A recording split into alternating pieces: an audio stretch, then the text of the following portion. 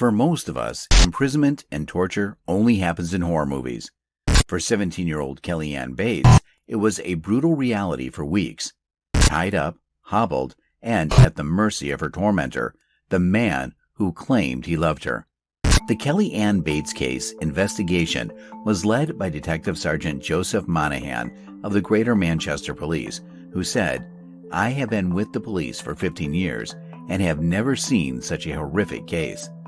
A doctor, William Lawler, later claimed, "In my career, I have examined almost 600 victims of homicide, but I have never come across injuries so extensive."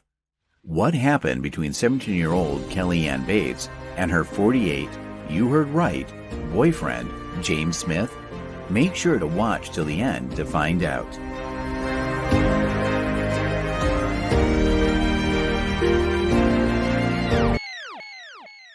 James Smith was an unemployed divorcee who lived in the Gorton area of Manchester. Acquaintances described him as proudly at home and well-groomed. He was a teetotaler and a non-smoker. In 1970, he got married. 10 years later, his marriage ended because he was abusive toward his wife. His next relationship was with 20-year-old Tina Watson, whom he used as a punching bag between 1980 and 1982. Subjecting her to severe beatings while pregnant with his child. Tina shared, "At first, it was, from time to time, just a light tap. But in the end, it was every day. He hit me in the face or hit me on the head with an ashtray. He hit me on the legs." Watson managed to escape the relationship, during which Smith tried to drown her while swimming. When that relationship ended, Smith began dating 15-year-old Wendy Mottershead, with whom he was also abusive. He held her head underwater in the kitchen sink in one attack to drown her. Kellyanne Bates was only 14 years old when she first met James Smith. A schoolgirl, Kelly often earned money by looking after children while their parents were busy.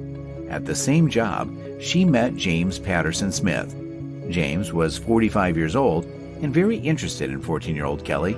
The girl returned his feelings and decided to keep the details of their relationship a secret, thinking that her parents would not understand. When Kelly told them about her boyfriend, they assumed that it was a boy from her school and did not attach much importance to this. The first Kelly's mom, Margaret, knew of him was when Kellyanne reached 16. She spoke to Smith on the phone. She had no idea he was 32 years older than her daughter. One day, Margaret Bates returned home to her house in Hattersley to find her daughter standing in the kitchen. Next came the sound of footsteps on the stairs as the boyfriend, James Smith, walked into the room. At the first meeting with James, Margaret recalled, "As I walked in, he swaggered down the stairs, and it made the hair stand up on the back of my neck." Margaret was shocked to find that Smith was in his mid-40s, but it went further than that. Something was alarming about Smith. "This wasn't the man I wanted for my daughter.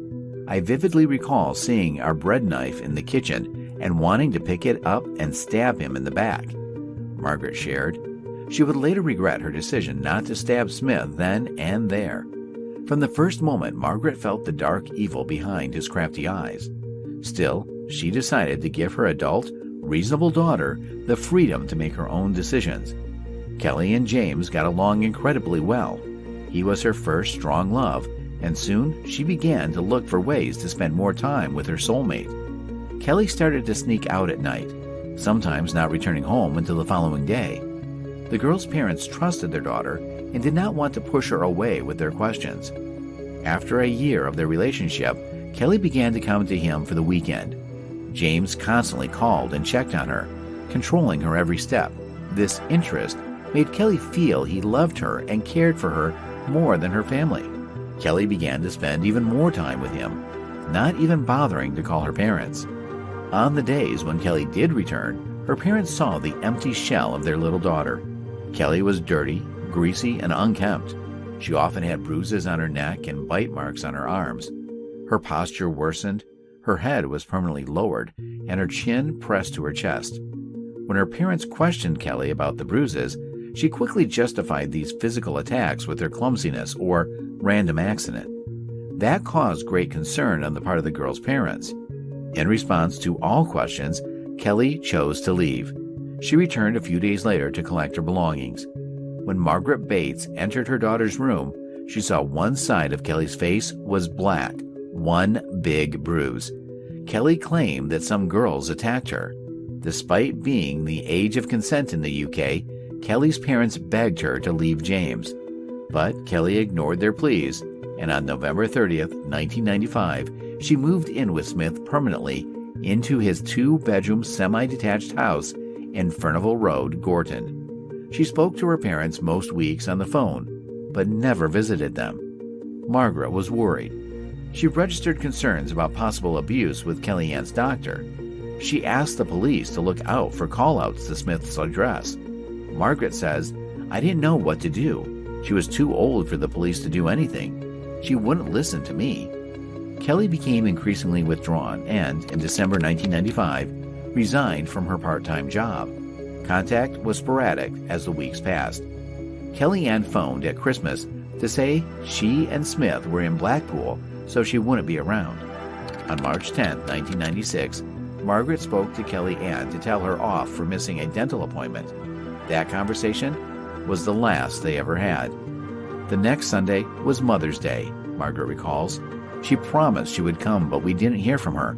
I got a card, but it wasn't her handwriting. Next weekend, the same thing happened on my husband's birthday and wedding anniversary. I said to him, something was wrong.